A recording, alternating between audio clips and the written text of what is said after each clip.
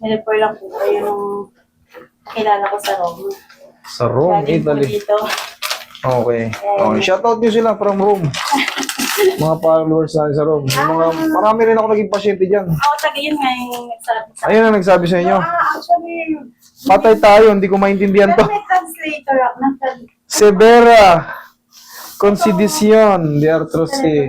Ito 2019 na record ko para dito sa kaliwa kong po. Pero itong mukhang Severa na to, mukhang Sibir sa Tagalog to. severe siya. Tapos ito, lately lang ito.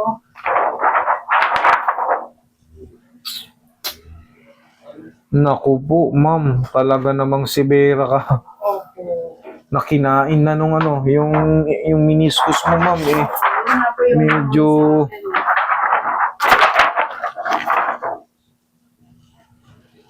Pakat na pakat. Ito. Oh. Yun kasi, yung lining na yan, makikita mo na kagad. Ito, dapat yan, buong buo. Pero pag meron siyang mga image na, kasi gumagalaw-galaw yan eh. Mhm. Pag meron siya nakitang image na tutukan na parang said na said. Ayan, yun. Tinatawag na Sibir. Kailangan yan, makikita mo sa image, ma'am. Ayan, oh. Kumbaga, clear yung ano. Talagang makikita mo may distance. Ito, may translation. Okay. Okay, report. Severe internal femorotibial arthrosis is evident. Characterized by complete exposure of the subchondral bone slopes, resulting from ischemic suffering of the subchondral component of the tibial plateau. Patay. Ito, ano ibig sabihin ng tibial plateau? Yung pinakasahig. Pinakasahig ng ano. Ito, ayan, yung ganito. Yan ang tibial plateau. Okay, dali amin basahin. Meron pa. Okay, the internal meniscus is now completely extruded. Eh, ano na rin po siya? Sira na rin. From the joint space and present degenerative phenomena, medium grade degenerative phenomena are evident affecting the external femoral tibial slopes. Okay, meniscus and the external femoral tibial slopes, there is modest effusion in the joint chamber. The ligamentous formation of the central pivot and the ligamentous structure reinforcing the capsular apparatus appear intact. Ma'am, itong problema natin. Sa huli, okay na yun eh. Mhm. Ito, yung complete extruded na yung meniscus mo, meniscus tibial plateau mo, sira na rin. Severe internal and femorotibial. Femorotibial, ibig sabihin, femur and tibial. Ito, mga ano na po ito, mga scratch na yung mga yan. Ayan ang femur, ito ang tibial.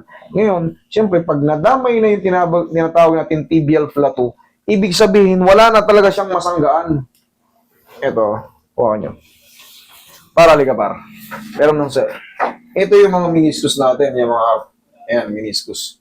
Ano ba yung tibial plateau? Ayan, oh. Ayan na yung plateau. Ayan yung pinakagitna na ano. Ayan yung part ng mga tuhod, yung mga ano natin. Ayan. Kumpleto na yan. Ayan, mga types of meniscus tear. Sa kanya, extruded na ng todo. Ayan. Ibig sabihin, sugat-sugat na yung mga meniscus na yan. Punit-punit na yan. Ma'am, ang mangyayari dyan, ma'am, mawawala ko lang yung pain yan. Honestly speaking, mawawala ko lang yung pain yan. Pero, hindi na siya Totally. maayos Hindi na siya naman. bendable na. Oo. Hindi na siya gano'n. Kasi, nagkakaroon na nga ng bone joint effusion. Tapos last year, Magkadikit na siya. nagkaroon ako ng arthroscopy. Nilinis lang siya. Hindi naman siya, ano eh. Aalisin lang yung mga, ano, yung mga sobra-sobrang patsi-patsi ron sa loob para hindi tumunog na malalakas. Tapos, syempre, pag nilinis na yun, Naging okay naman siya. oo, kahit pa paano. Kahit pa- Pero syempre, naglalakad tayo eh. Ito naman din yung concern ko. Naglalakad tayo eh. Oo. Pag naglakad ka, makatapa ka ng parang alanganin, Saka sa hagdan. yun, isa pa yun, pwersado, syempre, hagdan. Akit ka. Yung bigat ng katawan mo, iakyat mo. Ngayon, pwersadong yung tuhod. Gawa nga ng hindi na kumpleto yung mga parts ng tuhod natin, yung mga pyesa doon. Siyempre, Saka nagkaroon din. pag nagkakaroon ng pag nagkakaroon ng movement, siyempre magkakaroon ng friction. Pag nagkaroon ng friction, kikis-kis siya, katagalan, alam mo nang kalalabasan nun, pag napahinga ka, eh siyempre, kikirot-kirot na. Pero yung pain mawawala lang. Ngayon, ma'am, kaya natin tanggalin yung pin yan. Sa totoo lang, kaya kung ano yan. Pero yun nga, hindi na maipapangako na, siyempre naglalakad tayo, maaari kang pumunta sa mall, maaari kang pumunta sa mga, Hindi ako nakakatagal kahit sa hindi talaga eh. Ang gagawin mo dyan, maglalagay ka ng knee support. meron naman. Tapos, sirang-sira na po siya. Maglagay ka ng ano, Basta. kung bata ka pa ma'am, pero i-avoid natin yung pagkasira ng mas mabilis. Siyempre, pag may tungkod ka, hindi mo yan maididiin dyan ng todo. Doon mo may pupwersa. Saka na-deform yung mga binti ko. Wala na po yung tibial flato mo. Ibig sabihin, sumasayad na pati yung Nasa kang, ganun ba yun? ang tawag doon para mapipiki. Nasa nga, parang ganun yung ano niya. Kasi doon siya sa may ano eh. Higa ka, tingnan ko. Mapipiki. Ang sakang pa ganito, kadalasan nun, yung mga medial. Eh sa'yo, paloob. Tapos lumit na yung mga binti ko since hindi na siya working talaga na. Yes. Possible, yung mga vastus muscle natin o yung mga quadricep, syempre, hindi na siya workable eh. Kumbaga, less na yung mga diin. Meron naman akong stationary bike, pero once nagagano'n ako, hindi ko siya mapush Ma-pull. talaga pataas. Ano kaya Sige. yung pwede? Wala, ma'am. Pagkasira yung pinaka-edges, yung mga muscle natin o yung mga tendon natin nakakonekta yun sa muscle. O yung muscle nakakonekta yun sa tendon, yung tendon nakakapit sa edges ng mga sa femur bone natin, pagka ano, yung sa may itong mga quadricep muscle natin, pangkaraniwan talaga lumiliit yun kasi yung hindi mag-develop. Sige, higa ka. Mahina lang tolerance ko kuya. Hindi. Ano'y naman natin aalala. Ito, umano na to, pumasok, nagkadikit na, pumiki. Yung iba naman pa ganun. Palabas. Parang lakad ng ano. Ma'am, hindi po tumaano eh. Wala na kasi siyang shield. Wala na yung ano, wala na siyang babalikan eh, sira na eh. Wala siyang babalikan. Kaya ang ano nga nito, tingnan mo ito, tigas nga oh. Dapat siyang gumagalaw. Kita mo oh. Konting ganun lang oh, sumasakit. Ay, Oh. Talagang weak yung ano niya. Weak yung mga oh. Konting ganun lang oh. Oh. Nasasaktan na kagad yung mga ligament. Pero pag hinaplos ko ng yan, tingnan mo oh. Tingnan niyo maigi ah. Oh. Hindi pa yan malakas ha. Ginaganong-ganong ko lang. Iniinda niya na kagad. Pero pag hinaplos ko ng yan, haplusin ko ng problema ko yung concern ko, boss. Pag nagsisiyar ako, hindi ako makaupo ng maayos. Talagang hindi nyo po maifo-fold to. Gawa ng wala na pong binalikan yung ano. Hindi, yung formation ng laro, ng tuhod, wala na siyang binabalikan kasi nga pati yung tibial flato, sira.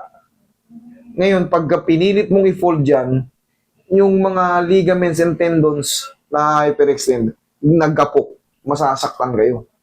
Kaya nga ito, konting ganun lang, oh, pero pag ginaplos ko ng yan, hintay mo lang.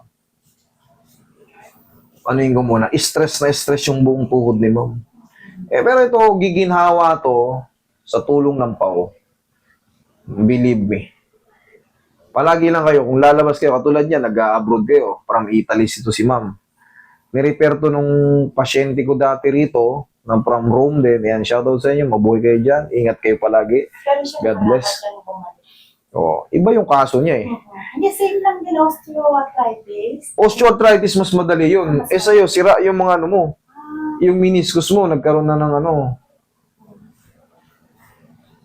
Osteoarthritis, para sa inyong kalaman, depende sa form ng ano, sa inyong pakat na pakat.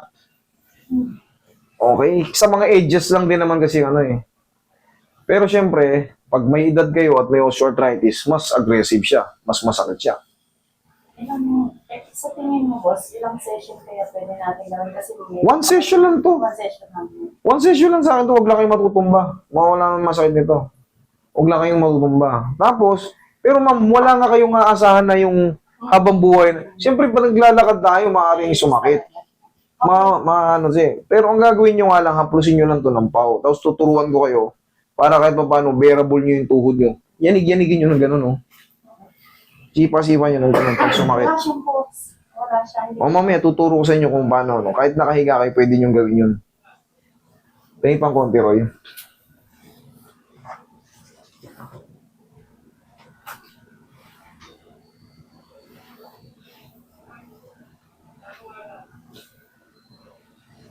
Ito yung mga tinatawag ng bunga ng kasipagan.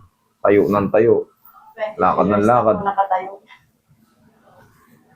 Ito yung kapalit ng serbisyo natin sa abroad kasi iba ang trabaho sa abroad talaga. Time is gold talaga dyan. Hindi ka pwedeng paanga-anga sa nakahiga ka rin sa bahay. Sayang. Naranasan kong kumakain sa CR. Kaya nga yung iba dyan, tatlo-tatlo yung trabaho kasi gusto nilang makauwi kagad para makaipon. Pero siyempre, yung iba nakakapamilya ron. Doon na nakukuha yung Mas masarap naman kasi talaga ang buhay doon kaysa dito. Dito, naghihirap ka, may sakit ka pa. Ayun ang malaking benefit doon, yung medical. So, Pero ito ano lang to nabitin ka lang sa Kung napaaga-aga ka sa akin, tingnan mo yung galing dito. Ayun, nagsisimula na pa lang yun, pero nakita mo, naglalakad na siya. dumaan na din ako sa mga infiltration.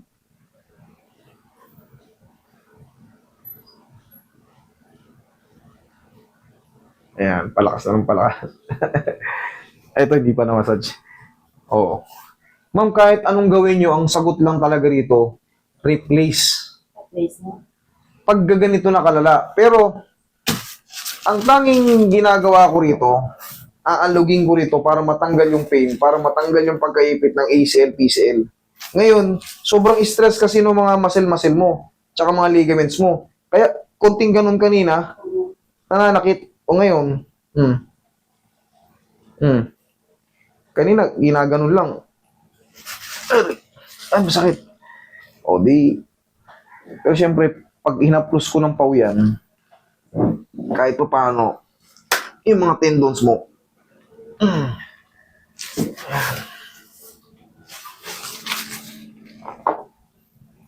relax lang muna labanan. Yan.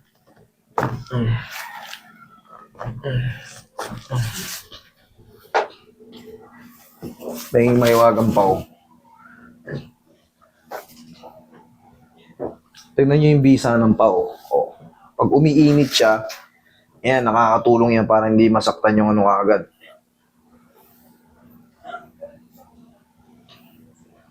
Yung bending niya, boss, hindi na siya pwede bumalik. Yung pag-fold niya, hindi siya Sasayad po yung sasayad. Sasayad nga yung nakalagay na nga po rito, joint effusion. Nagkakaroon na siya ng, syempre nagsasanggihan na siya. Ngayon, masasaktan ngayon yung pang-ilalim nun, yung maiipit.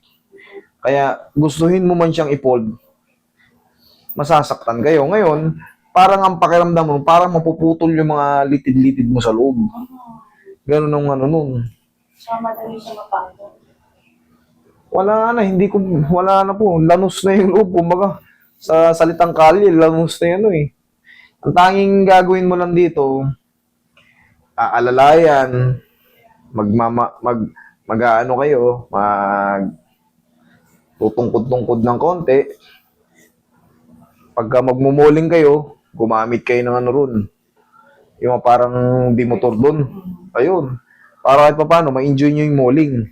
Kasi hindi nyo ma-enjoy yung muling pag naglakad-lakad kayo ron. Sakit ng paa nyo pag uwi nyo sa bahay. Baka nga hindi pa kayo nakaka-uwi, sasakyan pa lang kayo. Iyak-iyak na kayo.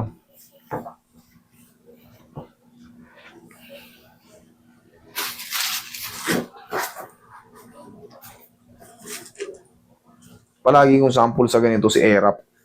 Ang daming pera nun. Okay. Pero kita mo, nag-replace na yun, pero bengkong-bengkong pa rin.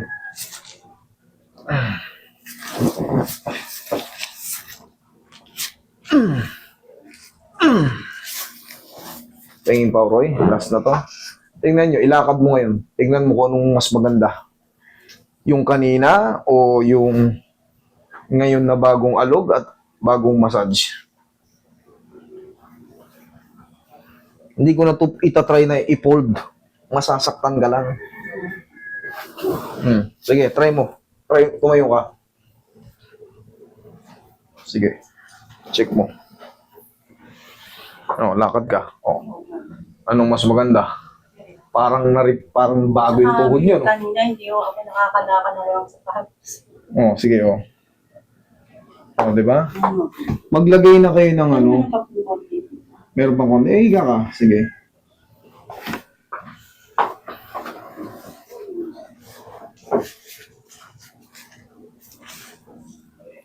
Kulang pa sa yanig yan. Yeah.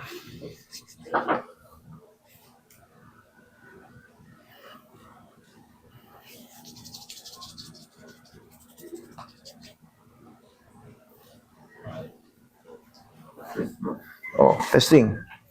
Ay ulit.